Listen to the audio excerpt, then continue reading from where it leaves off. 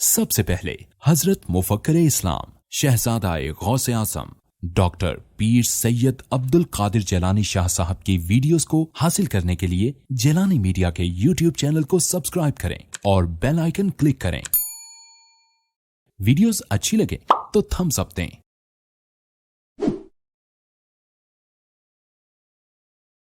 محمد وآلہ واصحابہ اجمعین، اما بعد، فقد قال اللہ تبارک وتعالی جل جلالہ فی القرآن المجید والفرقان الحمید۔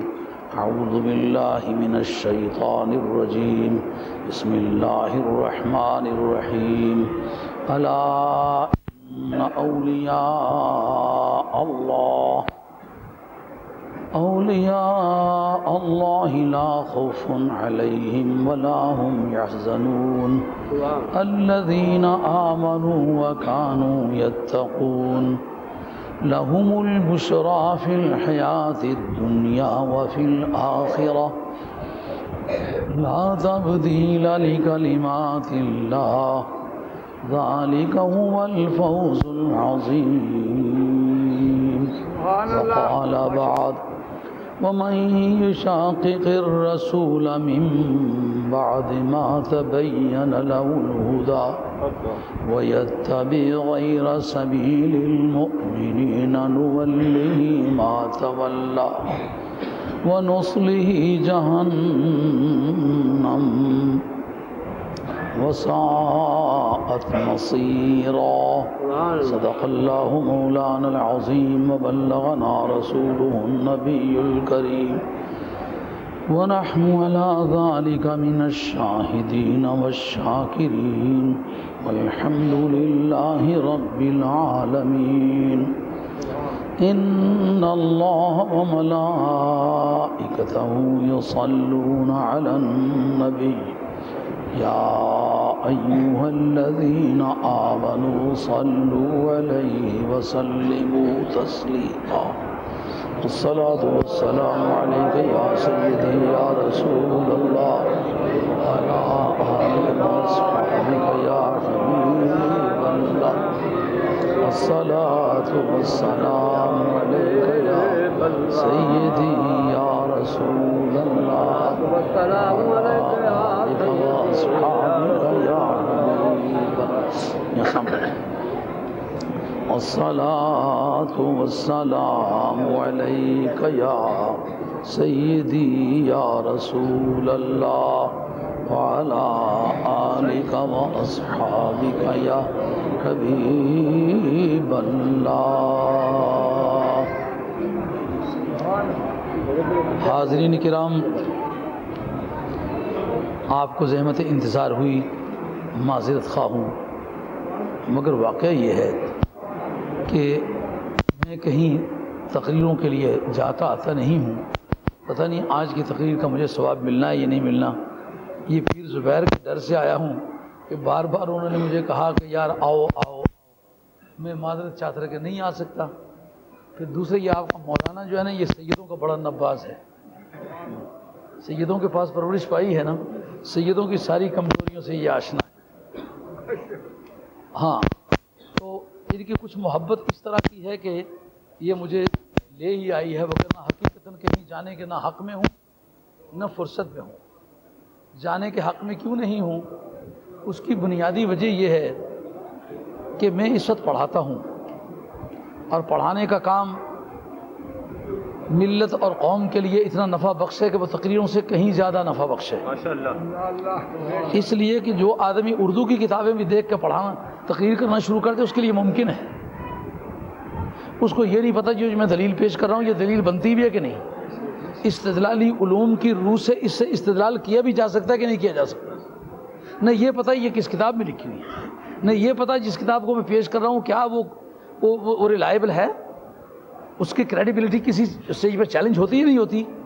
اس کو یہ نہیں پتہ اس کی اتھینٹیکیشن علماء نے کی ہے کہ نہیں کی، نہ اس کو مصادر قانون کا پتہ ہے، اور نہ اسے یہ پتہ ہے کہ میں تقریر کرنے میں کن کن چیزوں کا پابند ہوں۔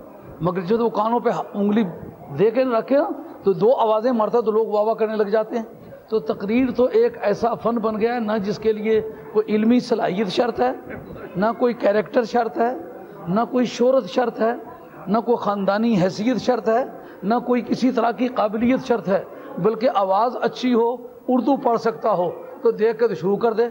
کیونکہ اس وجہ سے اس منڈی میں اتنے لوگ آ گئے ہیں کہ اس میں غالباً حاجت نہیں رہی.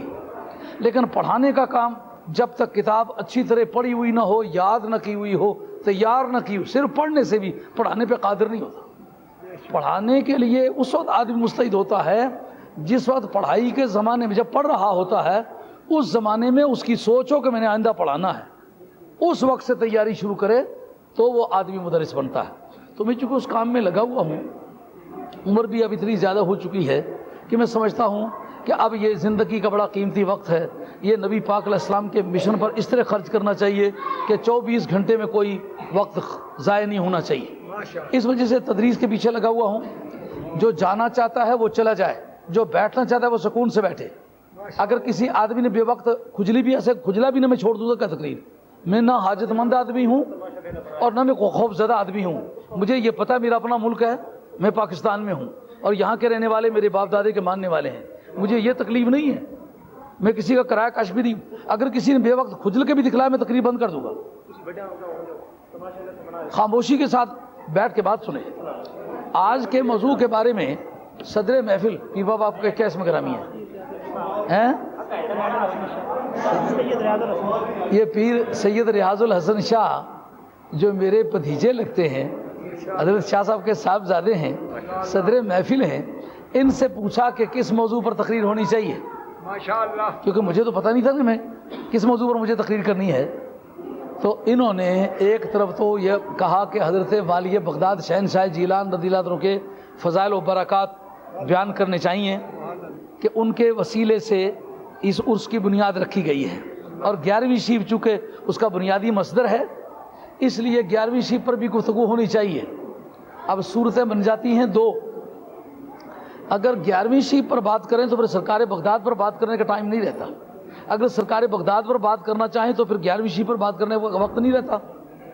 اگر دونوں باتیں بیان کی جائیں تو دونوں ادھوری ہوں گی. تو پھر اب میں اس شش و پنج میں ہوں، میں کیا کروں؟ میں نے اسی احتیاط کی بنیاد پر 2 آیتیں پڑھ لی ہیں، کیونکہ میں حافظ نہیں اس وقت. جس موضوع پر آج یعنی 11ویں شیف کے موضوع پر غالباً یہ اتنا پرانا مسئلہ ہو گیا ہے کہ آج سے 40 برس پہلے کبھی اس کو ڈسکس کیا تھا، تو غالباً عنوان کلام کے طور پر 35-40 برس کے بعد غالباً اس آیت کو بطور عنوان کلام کے پڑھا ہے. من یشاقق الرسول، یہ اس موضوع پر پڑھی جا سکتی ہے، جس سے استدلال کیا جا سکتا ہے کہ مسلمانوں کے پاس پاور آف انوینشن ہے. انہیں حق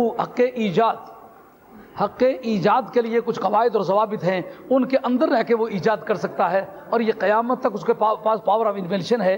کوئی بھی اچھا طریقہ ایجاد کر سکتا ہے.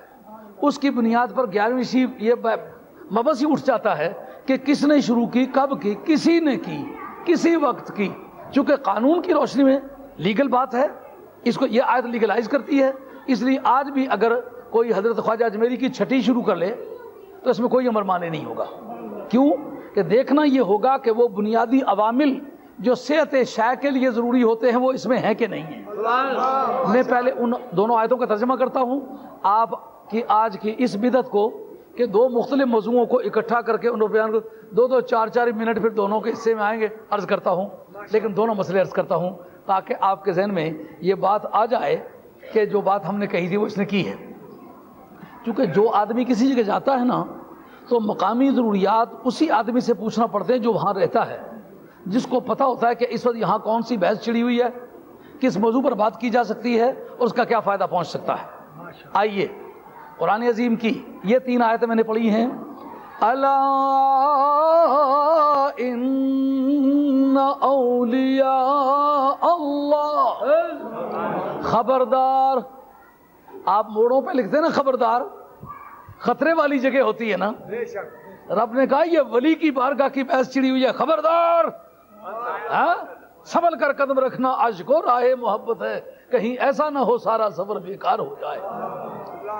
ولی رب کا بڑا لاڈلا ہوتا ہے، اس لیے ان کے بارے میں بات کرتے ہیں اللہ خبردار، ان اولیاء اللہ، بے شک جو اللہ کے دوست ہیں، لا خوف علیہم ولا هم یحزنون، جناب اولیاء اللہ کے بعد یہ کہنے کی کیا ضرورت ہے لا خوف علیہم؟ کہا کہ اس امر کی وضاحت کی ضرورت ہے کہ دوستی جہاں ہوتی ہے وہاں خوف نہیں ہوا کرتا، جہاں خوف ہو وہاں دوستی نہیں ہوا کرتی. یہ دو امور متضاد ہیں آپس میں، یا دوستی ہی ہو سکتی ہے یا خوف ہی ہو سکتا ہے. لیکن اما من خاف مقام ربہ ونہى النفس عن الہویٰ، اس جگہ خوف کو بتایا کہ خوف تو ہے. کا خوف کی قسمیں ہیں دو، ایک ہے خوف ضرر رساں، ایک ہے خوف مفید، ایک فائدہ پہنچانے والا ایک ضرر پہنچانے والا. ضرر پہنچانے والا خوف نہیں ہے کیونکہ الا آیا ہوا ہے. الا بلاغیوں کے نزدیک، ناویوں کے نزدیک لزوم کے لیے آتا ہے، یعنی وہ خوف جو انہیں ضرر پہنچائے وہ نہیں ہے، لیکن وہ خوف جو فائدہ پہنچائے وہ ولیوں کے لیے ہے. فرمایا ولی ہوتے کون ہیں؟ خوف بھی نہیں اور غم بھی نہیں کھائیں گے. یہ بات بھی سمجھنے والی ہے. خوف ہوتا ہے اپنی جان کا، غم ہوتا ہے دوستوں کی جان کا. رب کہتا ہے جس کی میرے ساتھ دوستی ہو گئی نا، پھر اس کے ساتھ دوستی کسی کے بن جانا یہ بھی ایک بڑی عجیب چیز ہے. اس کو اپنی جان کا بھی خوف نہیں ہوگا، جنہوں نے اس کا ہاتھ پکڑا ہوا ہوگا ان کے بارے میں بھی ان کو کوئی غم نہیں، ان کا بھی بیڑا پار ہے. اب سمجھنا ہے کہ ولی ہوتا کون ہے. الذین آمنوا وکانوا یتقون،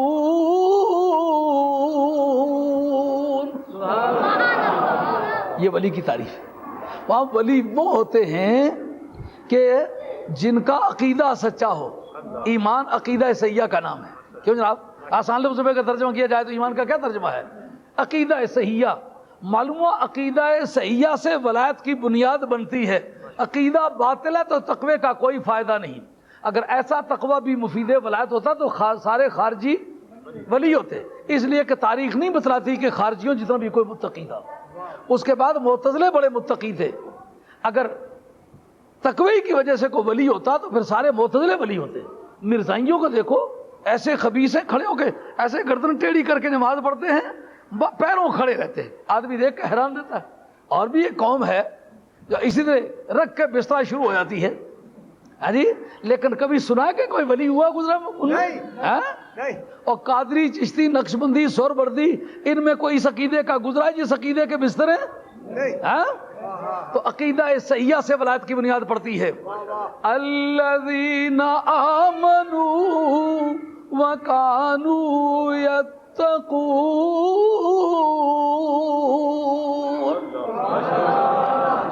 پہلی بات یہ ہے کہ عقیدے کے سچے، اور دوسری بات عمل کے سچے. اب اس کی جو شکل منطقی بنانے کا کیا طریقہ ہوگا؟ جی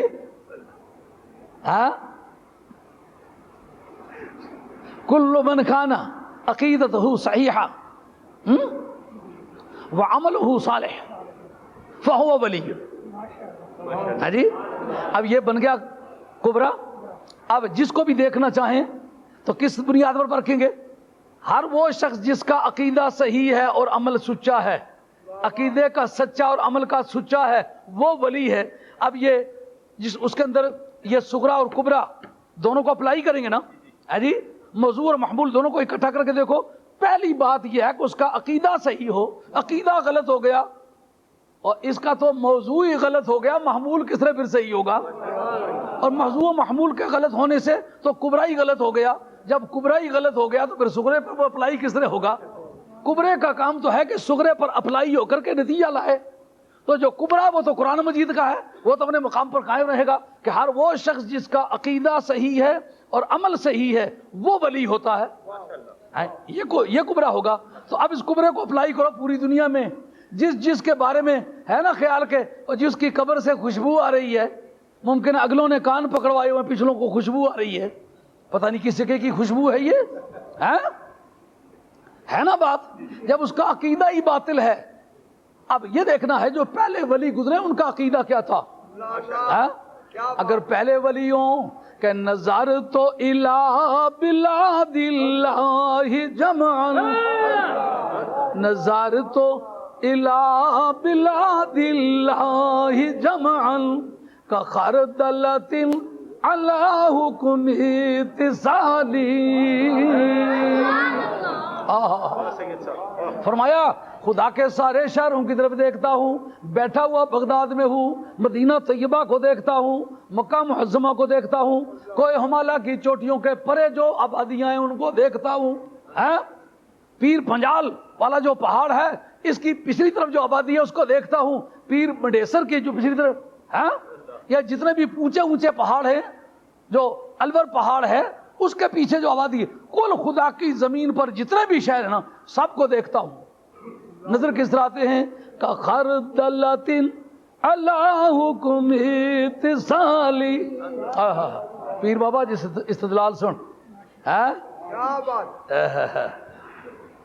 بھئی اللہ کے سارے شہروں کی طرف دیکھتا ہوں، تو جس کا یہ عقیدہ ہے کہ دیوار کے پیچھے کا بھی پتہ نہیں، اب کوئی نیا دین اس نے تصنیف کیا ہے تو یہ سوچ آئی ہے نا، وگرنہ پرانے ولیوں کا عقیدہ تو یہ نہیں ہے۔ اچھا جی اتنے دور نظر آتا کیوں ہے؟ اللہ اللہ، اور پیر بابا تکڑا ہو کے گل میری سن۔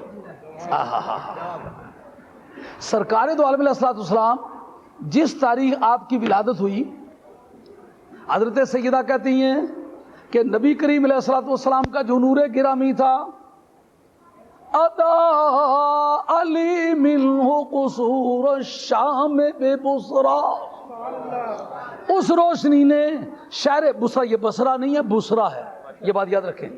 بصرہ جس طرح کے دلی کسی زمانے میں یہ برٹش کالونی تھی تو اس کا سینٹرل پلیس جو تھی، جو کیپٹل تھا ہندوستان کا، وہ دلی تھا۔ اسی طریقے سے ڈمسکس، یہ دمشق جس کو کہتے ہیں، یہ اس وقت مرکزی مقام نہیں تھا۔ اس وقت بصرہ شہر جو تھا، جو کہ وہ رومن امپائر کی کالونی تھی، اس وقت ان کا مرکزی مقام، ان کا کیپٹل جو تھا شرق الاوسط میں، یہ شہر بصرہ تھا۔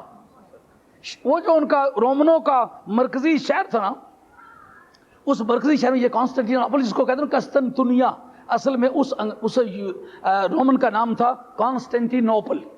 کانسٹینٹینوپل، تو کانسٹینٹینوپل جو تھا اس نے اس کی بنیاد رکھی تھی، مرکزی مقام ان کا وہاں تھا۔ جیسا کہ جو پرنس تھا وہ بیٹھتا تھا انگلینڈ میں، لندن شہر میں، لیکن اس کی کالونی کے جو وائس رائے تھے وہ مختلف سینٹرل پلیسز پہ بیٹھتے تھے۔ اسی طریقے سے رومنوں کا جو کیسر تھا وہ بیٹھتا تھا کانسٹینٹینوپل میں، قسطنطنیہ میں، لیکن وہ کالونیز میں جو اس کے مرکزی مقامات تھے وہاں اس کے وائس رائے بیٹھتے تھے۔ سمجھ آ گئی اتنی بات؟ اب حضرت سیدہ شفا کہتی ہیں، حضرت عبد الرحمن بن عوف کی والدہ ماجدہ، اس روایت کو نقل کیا علامہ تغربک رحمۃ اللہ علیہ نے اپنی کتاب النطق المفہوم میں، امام قسطلانی نے اپنی محب الدنیا میں، اور حضرت امام زرقانی نے اپنی زرقانی میں۔ اللہ حضرت درجنوں سے زیادہ کتابوں نے اس بات کو لکھا ہے کہ نبی کریم علیہ السلام کی ولادت والی تاریخ شہر بصرہ کے محلات مجھے نظر آئے۔ کس کو نظر آئے؟ حضرت سیدہ شفا کو۔ اچھا نظر آئے، دیکھنے کی بات یہ کہ آج اگر کوئی آدمی مکہ شہر میں جس جگہ سرکار کا میلاد پاک ہے اس جگہ کھڑے ہو کر، آج کل وہاں پرائمری اسکول ہے، جس طرح میرا منہ ہے نا بالکل کعبہ شریف کا، یہ جی جو شمال مشرقی کونا ہے، اس کونے کی تقریباً 200 گز بلندی پر ایک پرائمری اسکول ہے، وہاں پاس سے سڑک گزرتی ہے، وہ سرکار کا مولد شریف ہے۔ آج انہوں نے بد نصیبوں نے وہاں پرائمری اسکول بنایا ہوا، وہاں ٹائلٹ وغیرہ بھی بنائے ہوئے ہیں۔ جو مقدس مقام سمجھے جا کر لوگ زیارت کے لیے جایا کرتے تھے، آج وہاں انہوں نے یہ حشر کر رکھا اس کا۔ تو حضرت نبی کریم علیہ السلام کی وہاں ولادت ہوئی ہے، وہاں مکان کے اندر ہیں، شہر بصرہ کے محلات نظر آتے ہیں۔ اس پر اہل علم نے تحقیق کیا ہے کہ آج اگر کوئی دوپہر کی روشنی میں وہاں کھڑا ہو تو مکے کے باہر کوئی بھی شہر دیکھنا چاہے تو کوئی شہر نظر نہیں آتا، مائی شفا کو سرکار کے نور کی روشنی میں وہ کیوں نظر آئے؟ سمجھ آئی نہیں سمجھ آئی؟ یار جس طرح قلعہ ہوتا ہے نا، چاروں طرف پہاڑ ہیں، مکہ شریف ٹھہرنے والے آدمی کو آسمان نظر آتا ہے، ملک کوئی نظر نہیں آتا، پہاڑ اتنے اونچے اونچے ہیں۔ تو مائی شفا کو شام کی سرزمین میں شہر بصرہ کے محلات کیوں نظر آئے؟ آپ کچھ پھیکے پھیکے سے پڑے ہوئے نظر آتے ہیں، ابھی مجھے منزل پر جانے دیں۔ ماشاءاللہ، آپ کے کانوں کی طرف سے بھی اگر دھواں نہ نکلے تو جو مرضی ہے کہنا، وہ باتیں نہیں جو آپ نے 20 مرتبہ سنی ہوئی ہیں۔ میں ابھی ہاتھ کھڑے کروا کے پوچھتا ہوں کسی سے سنی ہے زندگی میں؟ نہیں سنی ہوگی، ابھی میں عرض کرتا ہوں۔ ہاں عمر گزری ہے ایسی دشت کی سیاہی میں۔ عرض کرتا ہوں حضرت سیدہ شفا فرماتی ہیں مجھے مکے میں بیٹھ کر شہر بصرہ کے محلات نظر آئے۔ اہل علم کہتے ہیں جو سورج کی روشنی میں دن کے وقت نظر نہیں آتے، راستے میں اونچے اونچے پہاڑ ہیں جو دبیز ہیں، حاجز ہیں، روکتے ہیں نگاہ کو، ان سے پار ان کی نگاہ کس طرح گئی؟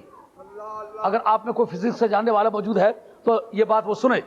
فزکس میرا سبجیکٹ نہیں تھا, میں نے سرکار کے نور کے لیے فزکس پر کافی ریسرچ کی ہے اور کئی لاکھ روپے کی کتابیں صرف فزکس پر خریدی, اور الحمدللہ نشان ناز لگانے کے بعد بات کرتا ہوں. کہتے ہیں نور کی مختلف قسمیں ہیں, جو سب سے زیادہ زور والا نور ہے پیر بابے, وہ نظر نہیں آتا. ہاں, یہ جو نظر آتا ہے یہ کمزور درجے کا نور ہے. جی اس نور کی کیا عادت ہے؟ کہا اس نور کی عادت ہے کہ جتنی ٹھوس چیزیں ہوتی ہیں ان سے وہ پار ہو جاتا ہے. آپ نے دیکھا نہیں کہ یہ ایکس رے کی جو لائٹ ہے یہ آدمی کی ہڈیوں سے اندر گزر کے گودے کا فوٹو لے لیتی ہے کہ نہیں؟ لے لیتی ہے نا. نظر آتی ہے؟ نہیں نظر آتی. کہا ایک اس سے بھی زیادہ زور والا نور ہے, وہ کیا ہے؟ وہ خود بھی گزر جاتا ہے اور نگاہوں کو بھی ساتھ ساتھ گزارتا ہے. اگر کسی کو نظر آئے تو اس کا نظر آنا بھی ممکن ہے, تو نہ نظر آئے تو نہ نظر آنا بھی ممکن ہے. یہ کس کی تحقیق ہے؟ یہ فزکس کی. فزکس والوں نے لکھا ہے کہ سب سے جو طاقت والا نور ہے وہ کبھی دکھتا ہے کبھی نہیں دکھتا, مگر اس کی یہ عادت ہے پہاڑ راستے میں آئے تو ان کو ٹرانسپیرنٹ کر دیتا ہے, یعنی شیشے کی طرح صاف کر دیتا ہے اور وار پار نظر آنے لگ جاتا ہے. معلوم ہے کہ نور مصطفیٰ اتنا زور والا تھا, اتنا زور والا تھا کہ راستے کی جتنے حجابات تھے سب کو ٹرانسپیرنٹ کر دیا. جو شیشے کی طرح صاف اور وار پار نظر آئے اس کو انگریزی میں ٹرانسپیرنٹ کہتے ہیں. اس کو ٹرانسپیرنٹ کر دیا, ان کو ایسا روشن کر دیا. اب یہی رہ گئی تھی یہ بات کہ جناب شفاق کی آنکھوں سے کس طرح دیکھے. کہ جس طرح وہ راستے میں حائل ہونے والی چیزوں کو ٹرانسپیرنٹ کرتا ہے, اسی طرح دیکھنے والی نگاہ کو وہ اتنا تیز کر دیتا ہے دوریاں دور ہو کر کے قرب حاصل ہو جاتا ہے. معلومہ نور مصطفیٰ میں وہ زور ہے کہ جس نے حضرت سیدہ شفا کی آنکھوں کے سامنے سرزمین شام میں شہر بصرہ کے محلات مکے میں قریب کر دیے اور راستے کے جتنے پہاڑ تھے وہ شیشہ نما کر دیے. وہی نور مصطفیٰ ملا والی بغداد کو. اب سمجھے؟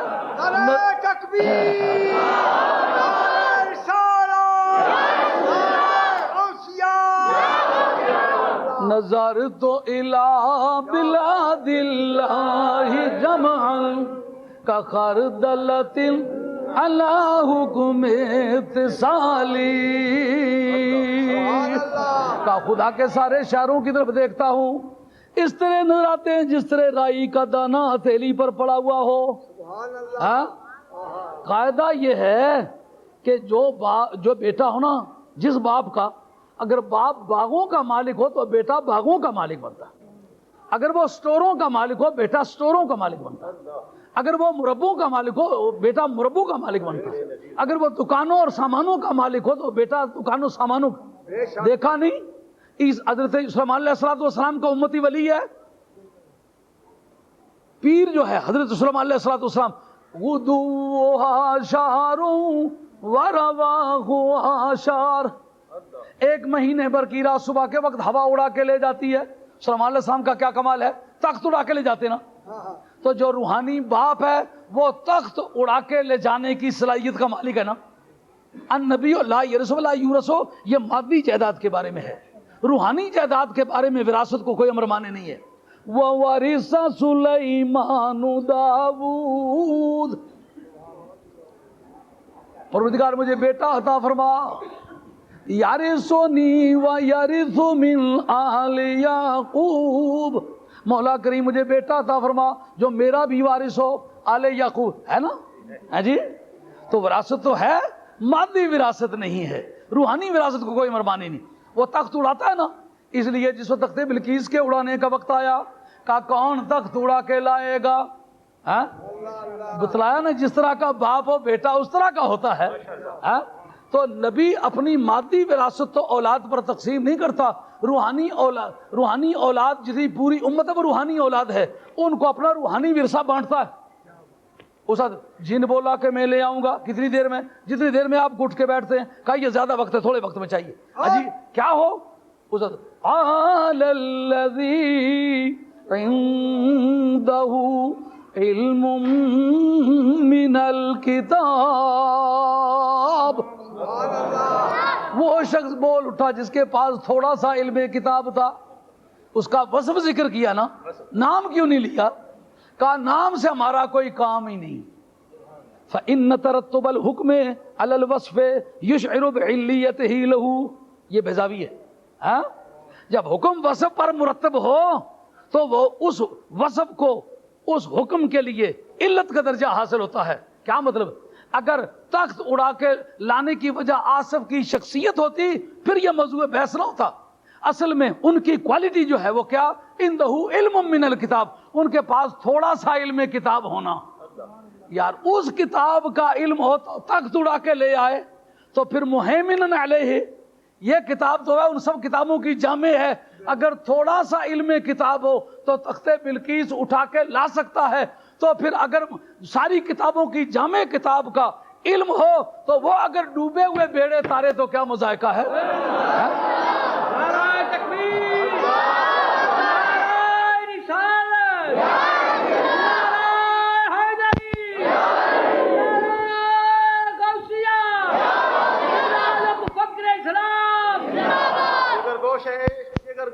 غوث البراء پیر سید عبد القادر شاہ صاحب جیلانی، امام جیلانی، امام جیلانی. محل استدلال کیا ٹھہرا؟ بات تو آصف بن برقیہ کی ہے. حضرت غوث پر کس طرح چشمہ ہو رہی ہے؟ کہا یہ قیامت تک آنے والے اولیاء اللہ پر چشمہ ہوگی. کیوں؟ کہ جو آپ نے قاعدہ باندھا ہے حکم وصف پر مرتب ہو تو پھر اس وصف کو اس حکم کے لیے علت کا درجہ حاصل ہوتا ہے. تو وصف کیا ہے؟ تھوڑا سا علم کتاب ہونا. حکم کیا ہے؟ تخت اڑا کے لانا. ہے جی؟ تو جہاں صحت مند علم پایا گیا ہوگا، کتاب کا صحت مند علم ہے. بات سمجھ آ رہی ہے نہیں آ رہی؟ اگر کتب خانوں کے ڈھیر لگے ہوئے ہوں لیکن جناب ہندوؤں کے پیچھے پیچھے ان کی دھوتی اور لنگوٹی سنبھال کے رکھی ہوئی ہو تو صحت مند علم نہیں ہے. صحت مند علم اس کا تھا کہ جس نے سرزمین ہند میں آ کے ڈیرے لگائے تو 90 لاکھ کافروں کی جنیوں توڑ کو ان کو اسلام کا حلقہ بگوش بنایا. صحت مند علم اس کا ہے. اب علت کیا ہے جی؟ علم کتاب کا تھوڑا سا علم ہونا. اور حکم کیا ہے جی؟ تخت اڑا کے لانا. معلومات جس جگہ بھی یہ علت صحت مند طریقے سے پائی جائے گی تخت اڑا کے لانے کی صلاحیت بھی وہاں پائی جائے گی. جی تو پھر اصول کیا ہے؟ اصول استدلال میں آپ کے جو بزرگوں نے آج تک اصول کی کتابیں لکھی ہیں اصول فقہ کی، اس میں جو قیاس اولا ہے یہ نصوص کا مسئلہ ہے نا. یعنی جو علت کسی اصل میں جس پر آپ قیاس کر رہے ہیں کم درجے پر پائی گئی ہو اور جس پر اس کو استعمال کرنا چاہتے ہیں، جس کو فرع کہتے ہیں آپ اپنی زبان میں، اگر فرع میں وہ علت اصل کے مقابلے میں زیادہ زوردار طریقے سے پائی جائے تو اسی کو کہتے ہیں قیاس اولا. کیوں جناب؟ اصل کیا ہے؟ آصف بن برقیہ ہے جی، جس پر ہم قیاس کرنا چاہتے ہیں. علت اس کی کیا ہے؟ تھوڑا سا علم کتاب ہونا. حکم کیا ہے؟ تخت اڑا کے لانا. اب اصل میں یہ علت زیادہ زوردار طریقے سے پائی گئی ہے.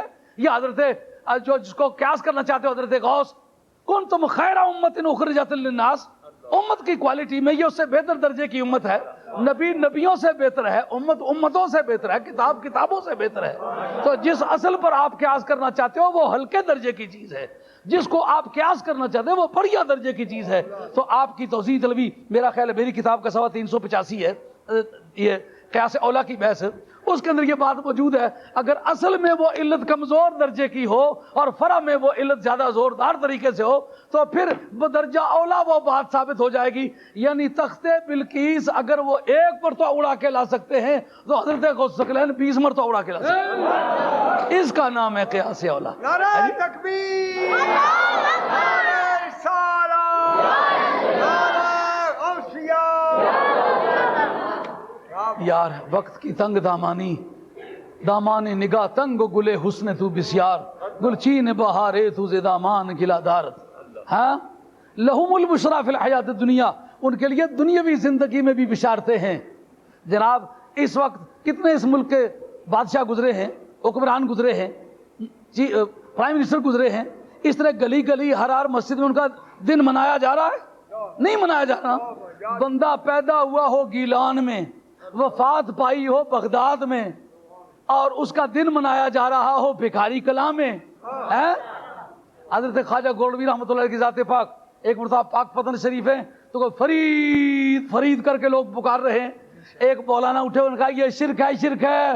حضرت خواجہ گولڈوی رحمۃ اللہ تعالی علیہ فرمانے لگے مجھے یہ بات بتلاؤ کہ رب کریم نے یہ بات کہی ہے کہ نہیں کہ فذکرونی اذکرکم، تم مجھے یاد کرو میں تمہیں یاد کروں گا؟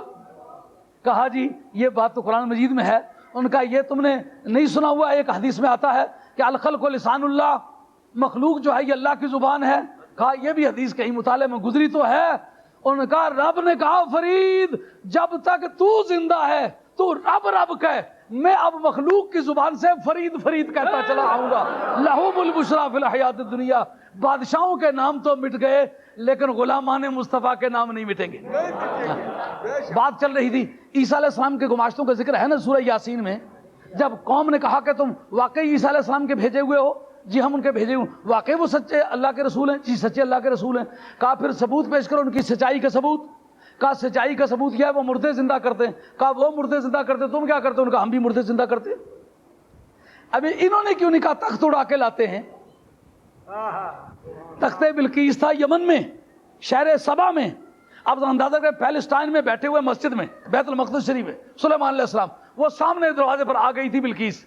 آپ نا وہ سامنے آ گئی، وہ بڑی ٹھاٹ پھاٹ سے آئی ہے، تو ہمارا سلسلہ تو فقیرانہ سا ہے، یہ ٹوٹی چٹائیاں دیکھ کر کے اس کی طبیعت پر جو اثر پڑا ہے وہ اتر جائے گا، کیا طریقہ کار ہو؟ انہوں نے کہا جی اسی کا اٹھا کے لے آتے۔ ارے کہا کتنی دیر لگے گی؟ کہا قبل ان یرتد الیک طرفک، لفظ طرفک اشارہ کرتا ہے نگاہ تو تیری ہی ہوگی، نگاہ تو تیری ہوگی، اٹھانے کا کام میں کروں گا۔ اٹھا کے لیا، وہ سامنے والے دروازے سے ممبر کے پاس نہیں پہنچی تو تخت پہلے پڑا ہوا جو ہی دیکھتی ہے کہتی ہے کأنہ، یہ تو ایسا لگتا ہے یہ میرے ہی والا ہے۔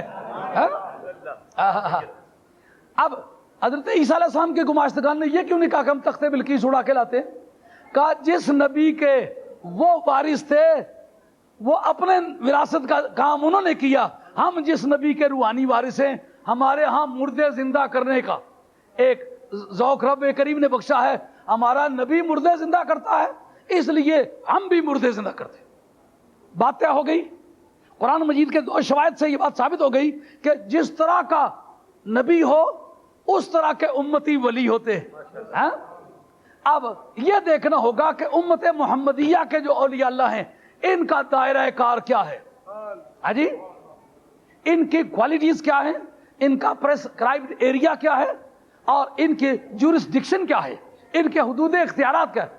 کہ جو نبی کے نبوت کے اختیارات کا دائرہ ہوتا ہے اس امت کے ولیوں کا اپنے نبی کے بیہاف پر، اپنے نبی کی نیابت میں، اپنے نبی کی غلامی میں ان کا دائرہ اختیار بھی وہاں تک ہوتا ہے۔ اچھا تو اس میں دیکھنا یہ ہوگا کہ اب محبوب کبریا کے جو امتی ولی ہیں ان کے اندر کس طرح کی کوالٹیز ہوگی۔ امام قسطلانی آپ کی محب الدنیا باب ما جاء فی خصوصیتہ صلی اللہ علیہ وسلم، اس کے اندر لکھا ہے، انہوں نے مقدمے میں فرماتے ہیں کوئی کمال کوئی معجزہ کسی بھی نبی کو اپنے طور پر رب نے نہیں دیا، وہ سرکار کو عطا ہوا، سرکار نے اپنی طرف سے بانٹا ہے۔ جس پر اعلیٰ حضرت لکھتے ہیں لا ورب العرش جس کو جو ملا ان سے ملا، لا ورب العرش جس کو جو ملا ان سے ملا، بٹتی ہے کونین میں نعمت رسول اللہ کی۔ اس کا مقصد یہ ہے کہ سارے نبیوں میں تقسیم ہونے والے کمالات سرکار کو پہلے ملے۔ اب سرکار کو امتی ولی جب ان سارے کمالات کو انہیرٹ کرے گا، ورثے میں پائے گا، نتیجہ کیا نکلے گا کہ سب کا ساری امتوں کے ولیوں کے پاس جو کرامتیں تھی امت محمدیہ کے ایک غلام اور ایک نبی پاک علیہ السلام کی امت کے ولی کے پاس وہ ساری کرامتیں پائی جا سکتی ہیں۔ اور نبی پاک کا جو اسپیشل گیئر ہے جو کسی کو بھی نہیں ملا تھا صرف سرکار ہی کو ملا ہے، وہ بھی وہ وراثت میں پا سکتا ہے۔ آئیے جو اسپیشل گیئر ہے سرکار کا وہ کیا ہے؟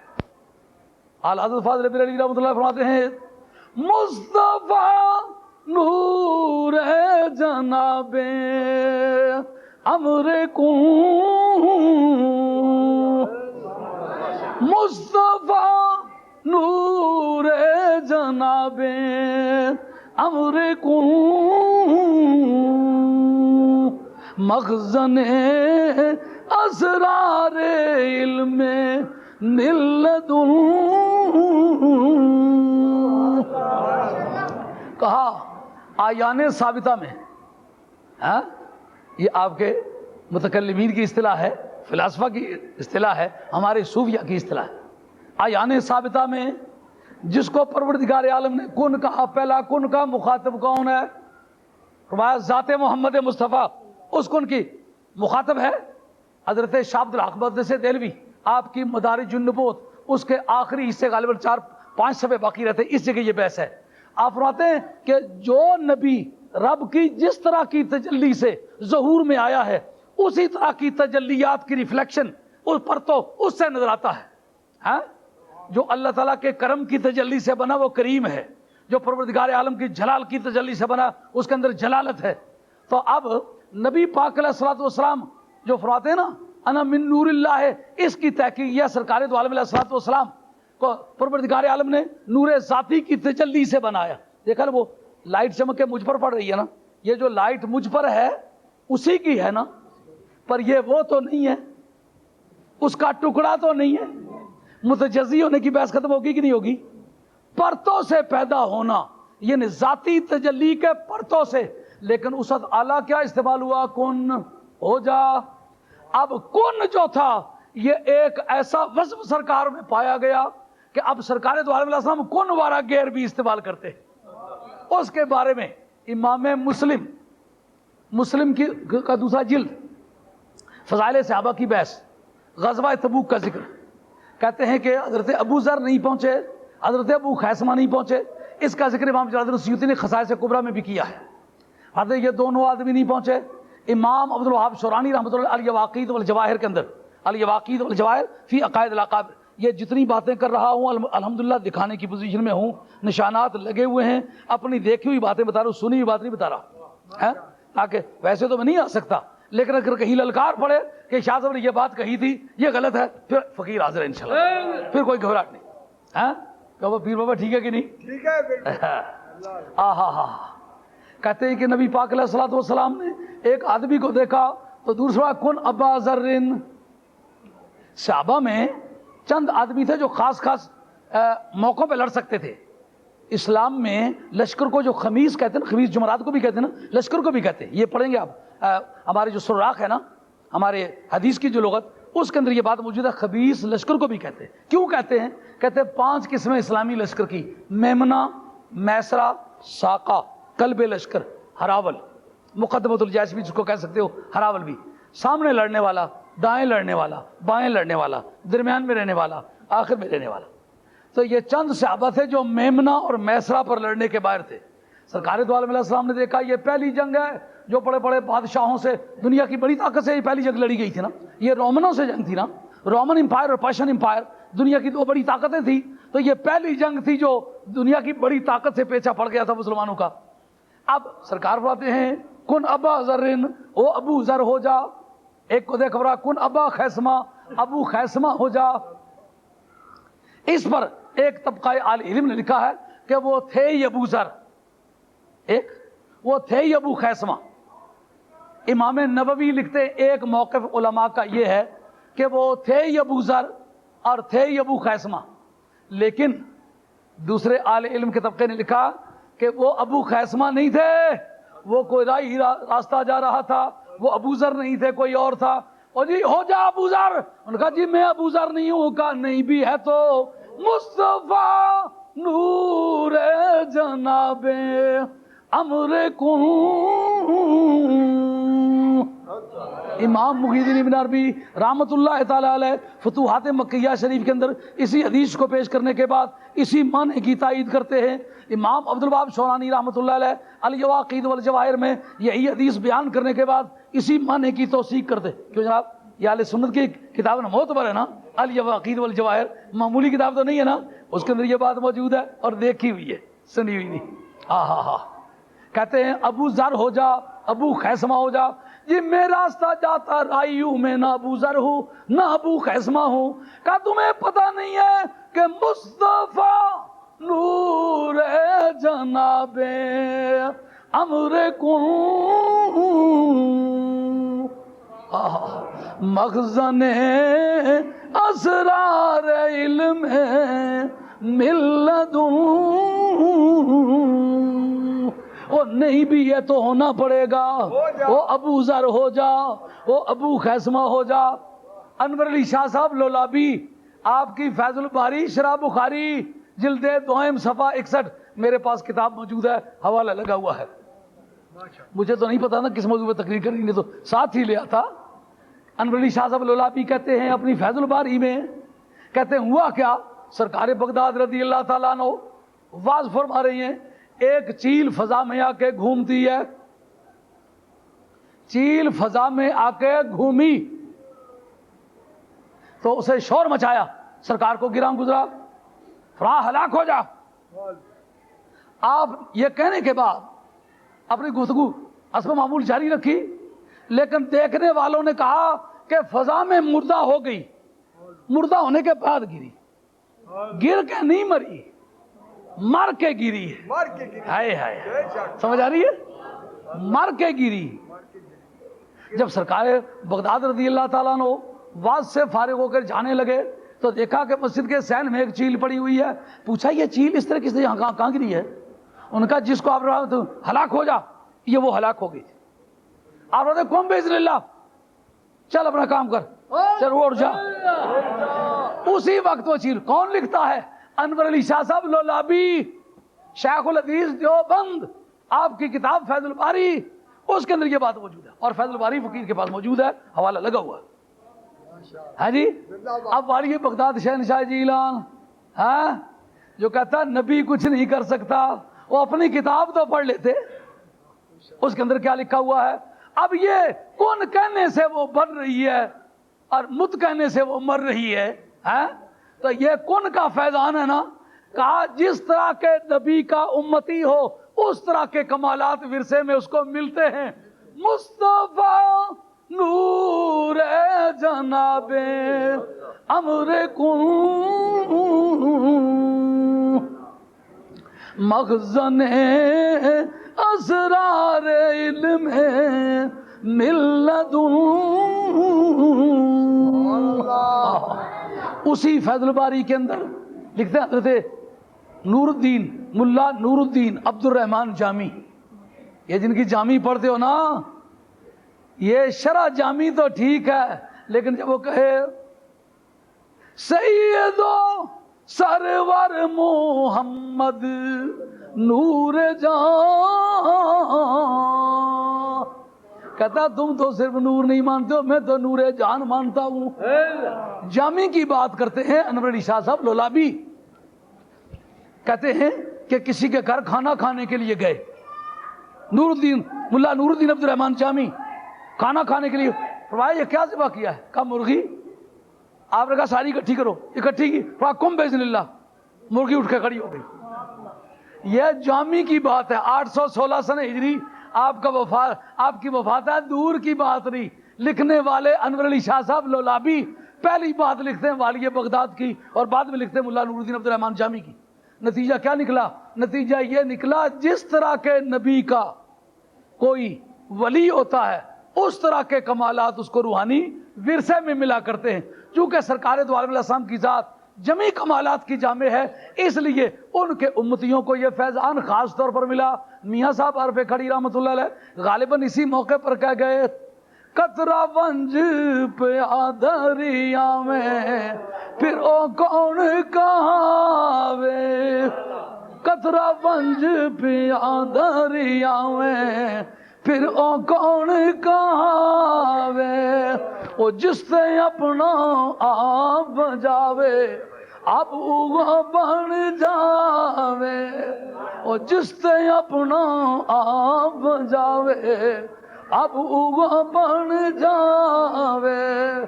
یہ مسئلہ ہے حلول کا معنی نہیں، حلول ہوتا ہے وہ سلامت رہتا ہے، آنے والا بیچ میں گھل مل جاتا ہے۔ یہ انہوں نے مضر کے ترجمے کی ایک زبان نکالی ہے جس پر رومی لکھتے ہیں کہ لوہے کو آگ میں رکھو، لوہا ذات میں لوہا ہی ہوتا ہے لیکن ساری صفتیں آگ والی اس میں آ جاتی ہیں، اس وقت اس کو ہاتھ لگا کے دیکھو آگ کی طرح جلاتا ہے کہ جس سے اپنا آپ بن جاوے اب اوگا بن جاوے۔ بخاری شریف حضرت ابو ہریرہ اس کے راوی ہیں، حدیث قدسی ہے، اور ایک سے زیادہ مقامات پر بخاری شریف میں آئی ہے کہ لا یزال عبدی یتقرب الی بالنوافل، نفلی عبادت کے ذریعے سے بندہ میرے قریب ہوتا چلا جاتا ہے۔ نفلی کا کیوں ذکر کیا؟ کہا فرضی تو ڈر سے کرتا ہے نا، پتا کہ فرضی اگر عبادت نہ کی تو پٹائی ہوگی، تو ڈر کی وجہ سے عبادت کی قیمت اور ہے، اور ذوق اور مستی کے ساتھ عبادت کی پوزیشن ہے۔ کہتا ہے حتی احببتہ، وہ اتنی عبادت کرتا ہے کہ مجھے اس سے محبت ہو جاتی ہے۔ فَإِذَا أَحْبَبْتُهُ، جب میں اس سے پیار کرنے لگتا ہوں تو پھر کیا ہوتا ہے؟ كُنْتُ سَمْعَهُ الَّذِي يَسْمَعُ بِهِ، میں اس کے وہ کان بن جاتا ہوں جن کانوں سے وہ سنتا ہے۔ اگر ہوتا ہے میں اس کے کان بن جاتا ہوں، کا معنی مجازی ہے، کہتا ہے میں اس کے وہ کان میں بن جاتا ہوں جن سے وہ سنتا ہے۔ اب جناب اگر کہو ولی مر کے مٹی میں ہو گیا، مٹی ہو گیا، تو پھر یہ معنی بنے گی نا کہ رب کے کان مٹی میں مٹی ہو گئے۔ بصرہ الذی یبصر بہ، میں اس کی وہ آنکھیں بن جاتا ہوں جن آنکھوں سے وہ دیکھتا ہے۔ اب اگر کہو جی ولی آپ پہلے تو دیکھتا تھا اب نہیں دیکھ سکتا، اب تو مر گیا، پھر یہ کہنا ہوگا کہ خدا کی آنکھیں اب مر گئی ہیں اب نہیں دیکھ سکتی۔ خدا کی آنکھوں کے لیے دور اور قریب کی بحث ہے، خدا کی کانوں کے لیے دور قریب سے سننے کی بحث ہے، قبر کے اندر باہر ہونے کی قید ہے۔ فرمایا ہوا یدہ التی یبطش بہا، میں اس کے وہ ہاتھ بن جاتا ہوں جن سے وہ پکڑتا ہے۔ نماز مغرب کو کتنی دیر باقی ہے؟ 10-15۔ اوپر تو اندھیرا چھا رہا ہے تو پھر یہ جی 10 منٹ۔ اچھا، دراصل بات یہ ہے کہ الحمدللہ محنت اتنی کی ہوئی ہے کہ جس سمت چل دے پھر چل سو چل۔ ہاں جی، تو آپ نے اتنے وقت میں 2 سبجیکٹ دے دیے، دوسرا سبجیکٹ بڑا ویلیویبل ہے لیکن وہ بڑا لیگل اسپیکٹ ہے اس کا۔ اگر کوئی بعد میں مجھ سے بات بھی کرنا چاہے میں 10-15 منٹ ٹھہر کے اس سے بات بھی کر سکتا ہوں۔ اس وہ ثابت کرنے کے لیے کہ آپ کی عدالت میں یہ معاملہ اگر جگہ جائے تو آج عدالت میں اس کی لیگیلٹی کو بالکل ثابت کیا جا سکتا ہے۔ ہاں جی، عرض ہے کہ قرآن حدیث قدسی کہتی ہے میں اس کے وہ ہاتھ بن جاتا ہوں جن ہاتھوں سے وہ پکڑتا ہے۔ اب اگر کہو جی ولی جیتے وقت تو پکڑ سکتا تھا لیکن اب مر گیا ہے، اب کیا کر سکتا ہے جی؟ تو پھر یہ کہنا ہوگا کہ خدا کے ہاتھ اس کے فلاں وقت تک تو کارآمد تھے لیکن اب بیکار ہو گئے۔ وَرِجْلَهُ الَّتِي يَمْشِي عَلَيْهَا، میں اس کے وہ پاؤں بن جاتا ہوں جن پر وہ چلتا ہے۔ اور ایک روایت میں یوں بھی آتا ہے وَلِسَانَهُ الَّذِي يَتَكَلَّمُ بِهِ، میں اس کی وہ زبان بن جاتا ہوں جس زبان سے وہ بات کرتا ہے۔ رومی اسی پر کہتے ہیں گفتائے اللہ بود گرچہ از حلقوم عبداللہ بود، بندہ بولے تو رب بولتا ہے، اور جس سے اپنا آپ جاوے اب وہ بن جاوے۔ اب کشتی دریائے دجلہ میں ڈوبی ہوئی ہے، جس نے فضا میں اڑتی ہوئی چیل کو کہا کہ مر جا تو وہ مر گئی، کہا زندہ ہو جا تو زندہ ہو گئی۔ اب وہی اگر کن کے فیضان سے فیض یاب ہو رہا ہو تو اب وہ کہے کہ وہ کشتی والو کم باذن اللہ، اور جس سے اپنا آپ جاوے اب وہ بن جاوے۔ اب اس چیپٹر کو کلوز کر دیں، 2-4 مسئلے اس پر سن لو کہ 11ویں شریف کس نے شروع کی، کب شروع کی، یہ دونوں مطلب سے متعلق باتیں ہی نہیں ہیں۔ کیوں؟ جائز کہنے کے لیے کب کا کوئی وقت مقرر ہے؟ اور جائز کہنے کے لیے شخص کی شخصیت مقرر ہے؟ نہیں نا۔ دخل کس چیز کو ہے؟ دیکھنا ہے کہ اس کے جواز کی اور عدم جواز کی کوئی صورت ہے۔ وہ کہنے والا کہتا ہے جناب عدم جواز کی یہ صورت ہے کہ نبی پاک علیہ السلام کے دور میں نہیں تھی، خلفائے راشدین کے دور میں نہیں تھی، یہ بعد میں کہاں سے آ گئی؟ ہم اس کے جواب میں کہتے ہیں کہ میاں تمہیں یہ کس نے بتلایا ہے کہ جائز ہونے کے لیے سرکار کے دور میں ہونا شرط ہے؟ وہ کتاب نکال، چیلنج کرتا ہوں، ایسے نہیں، چیلنج کرتا ہوں، جہاں سے سورج نکلتا وہاں سے شروع کرو، جہاں جا کے ڈوبتا ہے ایک کتاب لاؤ جو یہ کہے جو سرکار کے زمانے میں چیز تھی وہ تو جائز تھی، بعد کی چیزیں ناجائز ہیں۔ تو میں پوچھتا تم سرکار کے زمانے میں تھے؟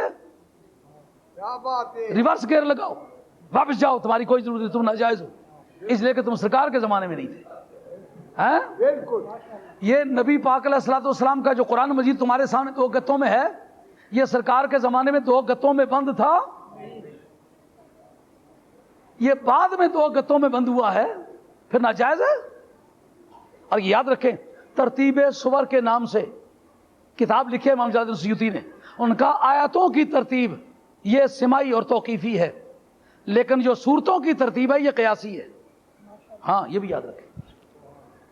میں نے اپنی ریسرچ جو پی ایچ ڈی میں کی ہے نا، پی ایچ ڈی کی ریسرچ میں نے ایک چیپٹر اس پر بھی لکھا ہے کہ آیتیں جو ترتیب بار لگائی گئی ہیں یہ سرکار کے حکم سے لگائی گئی ہیں، لیکن جو صورتوں کی ترتیب ہے، کون سی ضرورت پہلے ہو کون سی ضرورت پیچھے ہو، یہ اس بارے میں سرکار دو عالم علیہ السلام کی کوئی تعلیمات نہیں ہے۔ یہ نبی پاک کے یار غار صدیق اکبر، فاروق اعظم، عثمان غنی، عشرہ مبشرہ بدریوں نے اور چھوٹی چھوٹی کے جرنیل صحابہ نے مل کے یہ کام کیا ہے۔ تو یہ اس ترتیب سے صورت نبی پاک علیہ السلام کی بارگاہ میں کبھی ترتیب دی نہیں گئی، تو یہ ترتیب اگر سرکار کے دور میں نہیں تھی پھر ناجائز ٹھہری۔ اور کہو گے جناب علیکم بسنتی وسنت الخلفاء الراشدین البادیین، کہ حضور کی سنت بھی سنت ہے، خلفاء کی سنت بھی سنت ہے، یہ ترجمہ بھی تم جو کرتے ہو یہ تمہارے توازات ترجمہ ہے۔ شاہ عبد الحق صاحب رحمۃ اللہ علیہ نے اشیاۃ المعاد شرح مشکات میں جو ترجمہ کیا ہے وہ یہ کیا ہے کہ اس کا معنی یہ ہے کہ میری سنت جو ہے اس کو میرے صحابہ اس طرح اس کو اپنائے ہوئے ہیں کہ گویا ان کا اپنا ہی ایجاد کے اپنی عادت میں اس کو اچھی طرح سے شامل کر لیا ہے۔ نہیں تو اصل تعریف سنت کی یہ ہے جو امام نووی میں تہذیب الاسماء واللغات کے اندر بیان کی ہے، جس کو علامہ عز الدین بن عبد السلام نے الاحکام فی الاحکام کے اندر بیان کیا ہے۔ وہ کہتے ہیں احداث ما لم یکن فی عہد رسول اللہ صلی اللہ علیہ وسلم، بدعت کی یہ تعریف ہے کہ نبی پاک علیہ الصلوۃ والسلام کے آخری سانس آنے تک کا جو دور ہے اس دور میں جو چیز ہوئی ہے وہ سنت کہلائے گی، اس کے بعد جتنی بھی چیزیں خواہ وہ صحابہ کے دور میں یا غیر صحابہ کے دور میں وہ بدعت کہلائے، ذمہ داری سے عرض کرتے ہیں۔ کیوں جناب؟ حضرت امام نووی کی تہذیب الاسماء واللغات معتبر کتاب ہے کہ نہیں؟ الاحکام فی الاحکام معتبر کتاب ہے کہ نہیں؟ اور اس کے بعد جتنی لکھی گئی ہوئی کتابیں ہیں، علامہ بدر الدین عینی جیسا ذمہ دار آدمی حنفیوں میں گزرا ہے جس نے عمدۃ القاری شرح بخاری لکھی، اس نے باقاعدہ اس کا ذکر کیا ہے کہ وہ چیز بدعت ہے جو نبی پاک علیہ الصلوۃ والسلام کے زمانے میں نہیں تھی۔ تو کہا پھر بدعت ہونا ناجائز ہے؟ کہتے کل بدعت ضلالۃ وکل ضلالۃ فی النار۔ یہ حدیث عام مخصوص الباز ہے، اور ذمہ داری سے کہتا ہوں عام مخصوص الباز ہے، علامہ عینی نے خود لکھا ہے، صاحب فتح الباری نے خود لکھا ہے۔ ہاں وہ کہتے ہیں جو چیز حضور کے زمانے میں نہیں تھی بعد میں ہوئی ہے وہ بدعت ہے، لیکن بدعت کی 5 قسمیں ہیں۔ ایک بدعت محرمہ ہے، ایک بدعت مکروہ ہے، ایک بدعت واجبہ ہے، ایک بدعت مستحبہ ہے، اور ایک بدعت مباح ہے۔ سمجھ آ گئی ہے؟ اب 5 اقسام پر تو گفتگو نہیں ممکن ہوگی کیونکہ اذان کا وقت ہو آیا ہے۔ جو بدعت واجبہ ہے وہ کیا ہے؟ یہ جو قرآن مجید کی زیریں زبریں ہیں نہ سرکار نے خود دی ہیں، نہ حضرت صدیق اکبر نے دی ہیں، نہ فاروق اعظم نے دی ہیں، نہ عثمان غنی نے دی ہیں، نہ حیدر کرار نے دی ہیں، نہ امام حسن نے دی ہیں۔ یہ 5 خلیفے ہیں نا، یہ جو حق 4 یار کہتے ہو یار اس کو بھی ریوائز کرو مہربانی کر کے۔ خلیفے تو خلافت راشدہ تو 5 سے مکمل ہوتی ہے، امام حسین سے بغض، امام حسن سے بغض ہے؟ حق 4 یار، اگر یاروں کے حساب سے کہو کہتے ہو تو کہو حق سب یار، سرکار کے سارے یار حق ہے، اور اگر خلیفہ ہونے کی حیثیت سے کہتے ہو تو حق 5 یار کہو۔ خلیفے 5 ہیں اور سرکار کے صحابہ سارے حق پر ہیں۔ جی کلہم عدول، سر ہم تو اہل سنت والجماعت سارے صحابہ کو مانتے ہیں جی۔ تو ان 5 خلیفوں نے زیریں زبریں پیشیں شدیں مدیں نہیں دی ہیں۔ یہ پنکچویشن، عربسائزیشن، یہ واویلائزیشن، یہ تو حضور کے زمانے میں کسی زمانے میں نہیں تھی۔ یہ کس نے دی ہے؟ ابو الاسود دولی نے دی۔ کس کی نگرانی میں؟ حجاج بن یوسف جو چوٹی کا خارجی ہے، قاتلان آل بیت میں سے ہے، جس نے کعبۃ اللہ پر پتھر پھینکے، کعبہ شریف کو آگ لگائی۔ حضرت ابراہیم علیہ السلام والے وہ سری جو کبھی آپ نے قربانی کی تھی تو یادگار کے طور پر تبرک کے طور پر تھی، وہ اس نے جلائی۔ اس آدمی کی نگرانی میں زیریں زبریں لگائی گئیں۔ آج اگر زیروں زبروں کے بغیر قرآن مجید شائع کیا جائے تو یہ قانوناً بھی اخلاقاً بھی اور اسلامی نقطہ نظر سے جرم بنے گا کہ نہیں؟ ہے بدعت ہے، اور بڑے دھڑلے سے کہتا ہوں بدعت ہے۔ بدعت ہو کر ضروری ہے کہ نہیں؟ بدعت واجبہ ہے کہ نہیں؟ ایک 11ویں ناجائز ہوگی پیچھے ہو کر.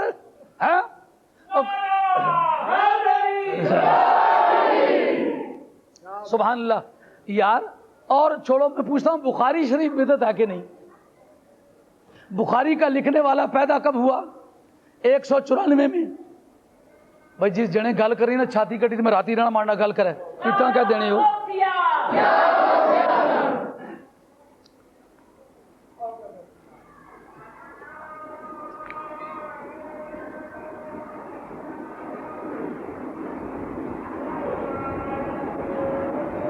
یہ مجھ سے نہیں پڑھا جا رہا ہے.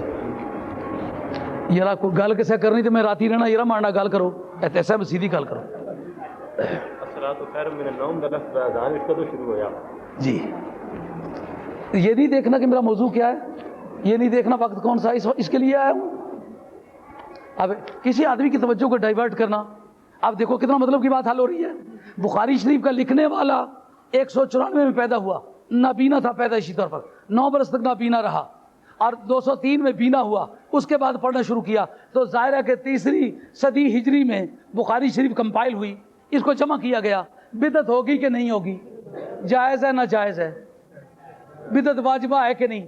آج اگر اس کو اسلام سے نکالنا چاہیں تو آپ مجرم ٹھہریں گے کہ نہیں ٹھہریں گے؟ اگر کوئی کہنے والا کہے جی 11ویں شریف کو نکالو, ہم کہیں گے بخاری شریف کو نکالو, کیا بنے گا؟ ہے جی یہ 6 حدیث کی جو کتابیں ہیں جس کو کینونائز کیا گیا ہے, آپ کو تو آپ کی تو بھلا سے کہ کینونائزیشن کسے کہتے ہیں. عباسیہ کے دور میں ان کو کینونائز کیا گیا, یعنی سرکاری مذہب کے طور پر ان کو سلیبس قرار دیا گیا. تو جس وقت یہ سلیبس قرار دیا گیا اس وقت علماء تھے کہ نہیں؟ انہوں نے یہ کیوں اعتراض نہیں کیا کہ یہ بدعت ہے, ان کو مت کینونائز کرو؟ ہاں آئیے اس کو بھی جاننے دیجئے. اگر یہ سوال اٹھے کہ جس طرح قرآن مجید کا ختم شریف پڑھتے ہو بخاری شریف کا ختم پڑھنا جائز ہے نہ جائز؟ اور دھنی والوں ساڑھے کل میں پوچھتا ہوں کہ بندے بیمار ہو مجھے تو بخاری شریف پڑھ کے اسے پھونکنا چاہیے کہ نہیں پھونکنا چاہیے؟ یہ یار بدعت ہے نا. بخاری شریف تو 3ری صدی میں گٹھی ہوئی ہے. یہ پوچھا گیا مولوی صاحب رشید احمد گنگوئی صاحب سے کہ بتلاؤ کہ بخاری شریف کا ختم پڑھنا جائز ہے یا ناجائز؟ فتاوی رشیدیہ کے اندر یہ موجود ہے. کیا جواب ہے جی؟ جائز ہے. اور بدعت ہونے کے ناطے سے تو یہ جمع ہی بعد میں ہوئی ہے, اب پورا اس کا ختم تو 5-6 مرتبہ بدعت ہوگا. یہ کس طرح جائز ہوا ہے؟ اور چھوڑیے نواب صدیق الحسن کنوجی آپ کی کتاب التعویذات, ان سے پوچھا گیا بتاؤ بخاری شریف کا ختم حل مشکلات کے لیے مقدمہ بن گیا ہو, ختم شریف کرانا چاہیے کہ نہیں کرانا چاہیے؟ بیمار ہو گیا کرانا چاہیے کہ نہیں کرانا چاہیے؟ اور کوئی آفت آ پڑی ہے تو بخاری شریف کا ختم کرانا چاہیے کہ نہیں؟ انہوں نے کہا جائز ہے جی فقط.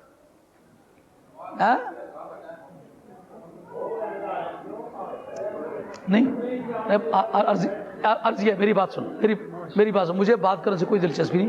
بات سنو بھائی, بات میں جو جواب دے رہا ہوں, پہلی بات تو یہ ہے وقت کا جتنا آپ کو تعین ہے اس سے بہتر ہمیں تعین ہے, اور جب ہم لوٹا نہیں اٹھا سکتے تھے اس وقت سے شروع کی ہے. ہمارا یہ نیا کام نہیں ہے, لیکن یہ یاد رکھیں اس کا دورانیہ کتنا ہے, اس کی ڈیوریشن کتنی ہے. جتنا صبح کی نماز کی ڈیوریشن ہے بالکل ہر زمانے میں, ہر ملک میں, ہر دور میں فقہا کے نزدیک اس کی ڈیوریشن اتنی ہے. یعنی صبح جب روزہ بند کرتے ہو نا اس وقت سے لے کر کے طلوع آفتاب تک جتنا وقت بنتا ہے نا, ماپ لو وہ کتنا ہے, جتنا اس کا وقت ہے بالکل نہیں اتنا وقت ہے اس کا. آگے بات خیال میں تو یہ مسئلہ ایک فالتو بھی حل ہو گیا. آپ کو پتہ چل گیا کہ نماز مغرب کا وقت کتنا ہوتا ہے, تو غالباً یہ مسئلہ سمجھ آ گیا ہوگا. اگر یہ باقی ساری چیزیں بدعت ہو کر ناجائز نہیں تو 11ویں شریف میں ہم کیا کرتے ہیں؟ کلمات طیبہ پڑھتے ہیں, یہ ناجائز ہے. کھانے کی چیزیں پکاتے ہیں, یہ ناجائز ہے. مال حرام سے پکاتے ہیں کہ حلال سے؟ حلال سے, یہ ناجائز ہے. کلمات طیبہ پڑھتے ہیں, جائز ہے ناجائز؟ قرآن پڑھتے ہیں, ایصال ثوابیں کرتے ہیں, تو جب بہت ساری جائز چیزیں اکٹھی ہو جائیں تو ناجائز ہو جاتی ہیں. یہ تمہیں کس نے بتلایا ہے؟ یہ تھا آج کا بیان. اللہ تعالیٰ قبول فرمائے. اور کسی نے کو بات کرنی ہے تو پھر مجھے بتا دے, پھر میں ٹھہر جاتا ہوں. وما علینا الا البلاغ المبین وآخر دعوانا الحمدللہ رب العالمین. میلاد کا منانا ہے اس کے بارے میں ایک بڑا سستا اور آسان نعرہ, او جی جو بات قرآن میں نہیں لکھی حدیث میں نہیں لکھی میں نہیں مانتا. حضرت سیدہ خطا پر تھی پورے عالم اسلام کی یہ ایسی بدعت ہے کہ عالم اسلام میں پہلے کبھی استعمال نہیں ہوئی.